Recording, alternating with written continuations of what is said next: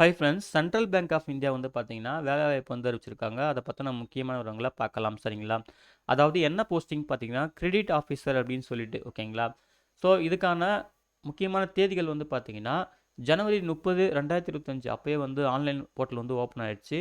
Last date வந்து பார்த்தீங்கன்னா, பிப்ரவரி 20, 2025 தான் லாஸ்ட் டேட். சரிங்களா? ஃபீஸ் பே பண்ணுறதுக்கும் அதே சேம் டேட்டு தான்.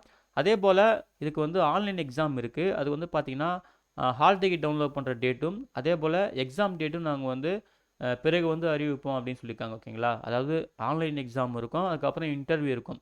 ஸோ இது ரெண்டுக்கான டேட் வந்து பார்த்தீங்கன்னா பிறகு அறிவிக்கப்படும் சொல்லியிருக்காங்க. இப்போதைக்கு அப்ளை பண்ணுறதுக்கும் ஃபீஸ் பே பண்ணுறதுக்கும் லாஸ்ட் டேட் வந்து பார்த்தீங்கன்னா பிப்ரவரி 20, 2025 தான் லாஸ்ட் டேட். சரிங்களா? அதுக்கப்புறம் வேகன்சி டீட்டெயில்ஸ் வந்து பார்ப்போம். மொத்தம் ஒரு 1000 வேகன்சி இருக்குது. அது வந்து பார்த்தீங்கன்னா எஸ்சிக்கு வந்து 150 வேகன்சியும், எஸ்டிக்கு 75, ஓபிசிக்கு 270, இடபிள்யூஎஸ்க்கு 100, ஜென்ரல் கோட்டாக்கு வந்து 405ன்னு சொல்லியிருக்காங்க. அதே போல் பிடபிள்யூடி கேண்டிடேட்டுக்கு வந்து பார்த்தீங்கன்னா டோட்டலாக 40 வேகன்சி இருக்குது. அது டிசேபிலிட்டி வைஸ் சொல்லியிருக்காங்க. தெளிவாக செக் பண்ணிக்கோங்க. ஓகேங்களா? போஸ்டிங் நேம் வந்து கிரெடிட் ஆஃபீஸர் இன் மெயின் ஸ்ட்ரீம் ஜென்ரல் பேங்கிங் அப்படின்னு சொல்லிட்டு இது வந்து JMGS1 அப்படின்ற கிரேடில் வந்து வரும். அசிஸ்டன்ட் மேனேஜர் அப்படின்னு சொல்லுவாங்க. ஓகேங்களா? பேசிக் பே வந்து பார்த்தீங்கன்னா 48,450 ரூபா ப்ளஸ் அலவன்சஸ் பெனிஃபிட்ஸ்லாம் இருக்குதுன்னு சொல்லியிருக்காங்க. அதையுமே தெளிவாக செக் பண்ணிக்கோங்க. ஓகேங்களா? ஸோ டைம் டு டைம் வந்து official website central bank of India website வந்து செக் பண்ணிகிட்டே இருங்க. அப்போ தான் உங்களுக்கு வந்து அப்டேட் வந்து சேரும் அப்படின்னு சொல்லியிருக்காங்க. எலிஜிபிலிட்டி க்ரைட்டேரியா வந்து பார்த்தீங்கன்னா இந்தியன் சிட்டிசன்ஸ் யார் வேணாலும் அப்ளை பண்ணலாம் அப்படின்னு சொல்லியிருக்காங்க. அதுக்கப்புறம் மேற்கொண்டு ஏஜ் லிமிட் வந்து பார்த்தீங்கன்னா மினிமம் 20 வயசு, மேக்ஸிமம் 30 வயசுன்னு சொல்லியிருக்காங்க. ஏதாவது ஒரு டிகிரி வந்து முடிச்சிருந்தா போதும். மினிமம் 60% மார்க் செக்யூர் பண்ணியிருக்கணும். எஸ்சி, எஸ்டி, ஓபிசி, பிடபிள்யூடி கேண்டிடேட்லாம் வந்து பார்த்தீங்கன்னா 55% மார்க் வச்சிருந்தாலே போதும். நீங்கள் வந்து எலிஜிபிள் தான் அப்ளை பண்ணுறதுக்குன்னு சொல்லியிருக்காங்க. ஓகேங்களா? அதுக்கப்புறம் பர்சன்டேஜ் கால்குலேஷனுக்கான இன்ஸ்ட்ரக்ஷன் கொடுத்துருக்காங்க. அப்பர் ஏஜ் லிமிட்டில் ரிலாக்ஸேஷனுமே இருக்குது. எஸ்சி எஸ்டிக்கு 5 இயர்ஸ், ஓபிசிக்கு 3 இயர்ஸ், பிடபிள்யூடி கேண்டிடேட்டுக்கு 10 இயர்ஸ் சொல்லியிருக்காங்க. விடோஸ், டைவர்ஸ்டு உமன், அப்புறம் women legally separated from the their husbands அப்படின்னு சொல்லிட்டு அவங்களுக்குலாம் வந்து பார்த்தீங்கன்னா உங்களுக்குமே ஏஜ் ரிலாக்ஸேஷன் வந்து 35 இயர்ஸ்லேருந்து 40 இயர்ஸ் வரைக்கும் சொல்லியிருக்காங்க. அப்புறம் 1984 இயர்ஸ் ஆஃப்டர் ஃபேமிலி பர்சன்ஸ்க்கு வந்து பார்த்தீங்கன்னா 5 இயர்ஸ் சொல்லியிருக்காங்க. ஸோ அதையுமே நோட் பண்ணிக்கோங்க. ஓகேங்களா? அதுக்கப்புறம் பிடபிள்யூடி கேண்டிடேட்டுக்கான கைட்லைன்ஸ் கொடுத்துருக்காங்க. ஒரு டீட்டெயில் கைட்லைன்ஸ் இருக்குது. நீங்கள் தெளிவாக இங்கே செக் பண்ணிக்கலாம். அப்புறம் இடபிள்யூஎஸ்க்கான கைட்லைன்ஸ் கொடுத்துருக்காங்க. நீங்களுமே செக் பண்ணிக்கோங்க. செலெக்ஷன் ப்ராசஸ் வந்து பார்த்தீங்கன்னா உங்களுக்கு வந்து டெஸ்ட் இருக்கும். Online test. அது இன்க்ளூடிங் டிஸ்கிரிப்டிவ் டெஸ்ட்னு சொல்லியிருக்காங்க. அப்புறம் பர்சனல் இன்டர்வியூ இருக்குன்னு சொல்லியிருக்காங்க. அதையும் நோட் பண்ணிக்கோங்க. அப்புறம் எக்ஸாம்க்கான அந்த பிளான் அது வந்து பார்த்தீங்கன்னா மொத்தம் ஒரு 5 டாபிக் இருக்குது. அதாவது English language, quantitative aptitude, reasoning ability, general awareness, அதாவது ரிலேட்டட் டு பேங்கிங் இண்டஸ்ட்ரின்னு சொல்லியிருக்காங்க. ஸோ இது தனியாக ஒரு செக்ஷன் சொல்லியிருக்காங்க. இதுக்கு வந்து பார்த்தீங்கன்னா மொத்தம் 120 கொஷின், 120 மார்க் சொல்லியிருக்காங்க. ஸோ என்ன லாங்குவேஜில் வந்து எக்ஸாம் வந்து கொஷின் பேப்பர் இருக்குன்னு சொல்லியிருக்காங்க. இங்கிலீஷ் லாங்குவேஜ் மட்டும் இங்கிலீஷில் இருக்கும். மற்ற எல்லா டாப்பிக்கும் வந்து பார்த்தீங்கன்னா இங்கிலீஷ் அண்ட் ஹிந்தி 2 லாங்குவேஜில் கொஷின் செட் பண்ணுவோம் சொல்லியிருக்காங்க. ஸோ ஒவ்வொரு செஷனுக்கான டைமே சொல்லியிருக்காங்க. டைமிங் நோட் பண்ணிக்கோங்க. அதுக்கப்புறம் வந்து 5th டாபிக் வந்து பார்த்தீங்கன்னா இங்கிலீஷ் லாங்குவேஜ் இது தனியாக நடக்கும். அதாவது டிஸ்கிரிப்டிவ் டெஸ்ட்னு சொல்லியிருக்காங்க இல்லையா? அதாவது லெட்டர் ரைட்டிங், எஸ்ஏ டிஸ்கிரிப்டிவ் அப்படின்னு சொல்லிட்டு அந்த மாதிரி வந்து நீங்கள் ரைட் பண்ண வேண்டியதாக இருக்கும். ஸோ அதுக்குமே வந்து பார்த்தீங்கன்னா 30 மார்க் மேக்ஸிமம்னு சொல்லியிருக்காங்க. இது வந்து இங்கிலீஷில் லாங்குவேஜில் மட்டும் தான் நடக்கும் அப்படின்னு சொல்லியிருக்காங்க. ½ அன் ஹவர் டைம் சொல்லியிருக்காங்க. ஸோ இந்த எக்ஸாம் பேட்டர்னை தெளிவாக செக் பண்ணிக்கோங்க. ஓகேங்களா? அதுக்கப்புறம் இந்த டிஸ்கிரிப்டிவ் பேப்பருக்கான இன்ஸ்ட்ரக்ஷன் கொடுத்துருக்காங்க. அதையும் தெளிவாக நோட் பண்ணிக்கோங்க. இதுக்கு நெகட்டிவ் மார்க்லாம் எதுவுமே கிடையாது அப்படின்னு சொல்லியிருக்காங்க. அதையுமே நோட் பண்ணிக்கோங்க. ஓகேங்களா? அதுக்கப்புறம் வந்து பார்த்தீங்கன்னா நீங்கள் எக்ஸாமுக்கு வந்து எப்படி வந்து அட்மிஷன் ஆகணும் அப்படின்னு சொல்லிட்டு call letter, photo identity proof அதெல்லாம் வந்து சொல்லியிருக்காங்க. இதை தெளிவாக வந்து இந்த இன்ஸ்ட்ரக்ஷனை கிளியராக பார்த்துக்குங்க. கட் ஆஃப் ஸ்கோர் பொறுத்த வரைக்கும் இதுதான் கட் ஆஃப்னு இதில் வந்து சொல்லலை. ஸோ கட் ஆஃப் ஸ்கோர் வந்து பார்த்தீங்கன்னா பேங்க் வந்து டிசைட் பண்ணும் அப்படின்னு சொல்லியிருக்காங்க. So cut off score base பண்ணி தான் ஃபர்தராக வந்து இன்டர்வியூக்கு வந்து நாங்கள் ஷார்ட் லிஸ்ட் பண்ணுவோம் சொல்லியிருக்காங்க. அதையும் நோட் பண்ணிக்கோங்க. அப்புறம் இன்டர்வியூ பொறுத்த வரைக்கும் மொத்தம் வந்து 50 மார்க் இருக்கும். அதில் மினிமம் வந்து பார்த்தீங்கன்னா ஜென்ரல் இடபிள்யூஎஸ் கேட்டகரிக்கு வந்து 50%, SC ST OBC PWD category வந்து பார்த்தீங்கன்னா 45% செக்யூர் பண்ணணும் அப்படின்னு சொல்லியிருக்காங்க. அதாவது minimum qualifying mark for interview சொல்லியிருக்காங்க. அதையும் நோட் பண்ணிக்கோங்க. ஃபைனல் செலெக்ஷன் வந்து பார்த்தீங்கன்னா online exam plus personal interview ரெண்டுத்துக்கான பர்ஃபார்மன்ஸ் பேஸ் பண்ணி தான் வந்து மெரிட் லிஸ்ட்டே வந்து ப்ரிப்பேர் பண்ணுவோம் அப்படின்னு சொல்லியிருக்காங்க.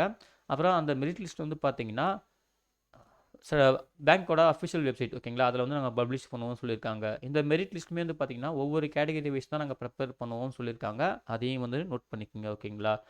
அதுக்கப்புறம் நீங்கள் செலக்ட் ஆகிட்டிங்கன்னா நீங்கள் வந்து post graduate diploma in banking and finance அந்த கோர்ஸில் வந்து நீங்கள் ஜாயின் பண்ணுற மாதிரி இருக்கும்னு சொல்லியிருக்காங்க. ஸோ அதுக்கான டீட்டெயில்டு இன்ஸ்ட்ரக்ஷன் கொடுத்துருக்காங்க, அதையுமே பார்த்துக்குங்க. கோர்ஸ் டியூரேஷன் வந்து 1 இயர், அதாவது 9 மந்த் இருக்கும் அப்படின்னு சொல்லியிருக்காங்க. அதாவது 9 month of classroom training, அப்புறம் 3 month of on job training அப்படின்னு சொல்லிட்டு கொடுத்துருக்காங்க. ஸோ அதுக்கான டீட்டெயில் இன்ஸ்ட்ரக்ஷன் கொடுத்துருக்காங்க, அதையுமே நீங்கள் செக் பண்ணிக்கலாம். அதாவது கோர்ஸ் ஃபீ எவ்வளோ இருக்கும், அதுக்கப்புறம் வந்து பார்த்தீங்கன்னா அதுக்கான டீட்டெயில்ஸ் என்னென்னு சொல்லிட்டு தெளிவாக கொடுத்துருக்காங்க. லாட்ஜிங், போர்டிங் எக்ஸ்பென்சஸ் சொல்லிட்டு தெளிவாக கொடுத்துருக்காங்க. ஸோ அதை நீங்கள் இங்கே கிளியராக செக் பண்ணிக்கலாம். ஓகேங்களா? அதுக்கப்புறம் வந்து எஜுகேஷன் லோனுமே நாங்கள் வந்து கொடுப்போம் அப்படின்னு சொல்லியிருக்காங்க, அதுக்கான இன்ஸ்ட்ரக்ஷன் இருக்குது.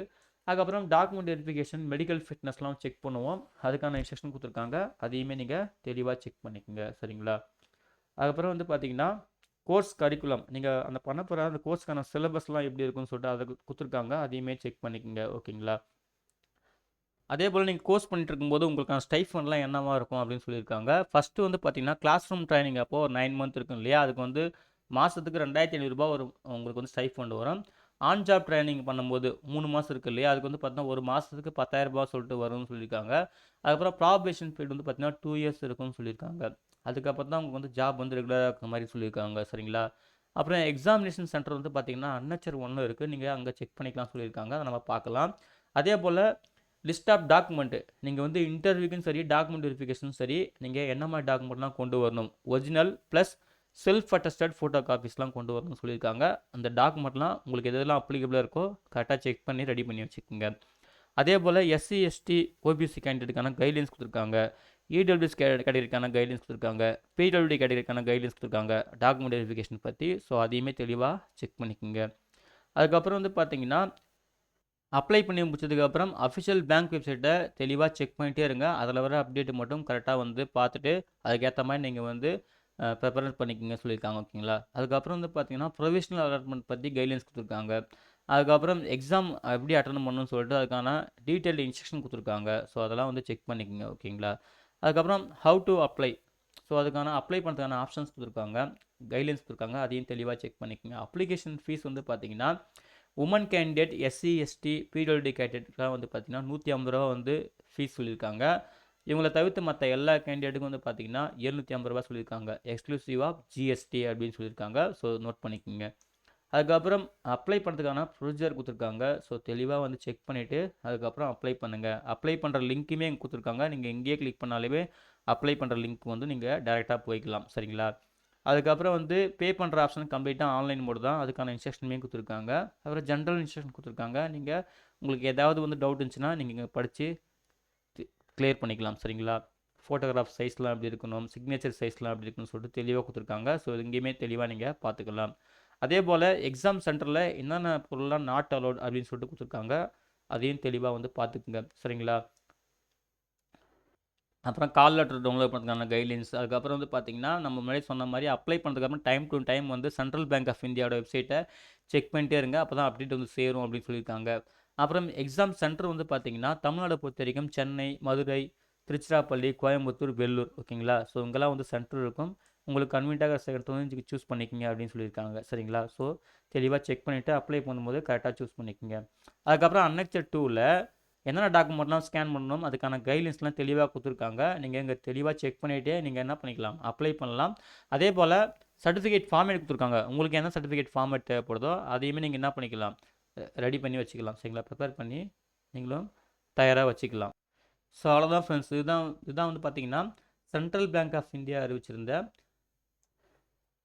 Credit officer mainstream general banking, சரிங்களா, அசிஸ்டன்ட் மேனேஜர் ஸ்கேலுக்கு அறிவிச்சிருந்த வேலை வாய்ப்புக்கான முக்கியமான விவரங்கள். சரிங்களா? இதுக்கு லாஸ்ட் டேட் வந்து பார்த்தீங்கன்னா February 20, 2025, இன்னும் டைம் இருக்குது. ஸோ நோட்டிஃபிகேஷன் தெளிவாக வந்து பாருங்கள், பார்த்துட்டு உங்களுக்கான எலிஜிபிலிட்டி கிரைட்டீரியாலாம் கரெக்டாக மீட் ஆச்சுன்னா ஆன்லைனில் மிஸ்டேக் இல்லாமல் அப்ளை பண்ணுங்கள். சரிங்களா? இந்த நோட்டிஃபிகேஷன் டவுன்லோட் பண்ணுறதுக்கான லிங்க்கையும் ஆன்லைனில் அப்ளை பண்ணுறதுக்கான லிங்க்கையும் இந்த வீடியோ டிஸ்கிரிப்ஷனில் தரேன், செக் பண்ணி நீங்களும் யூஸ் பண்ணிக்கோங்க. சரிங்களா? அப்ளை பண்ணுற எல்லாருக்கும் wish you all the best. Thank you.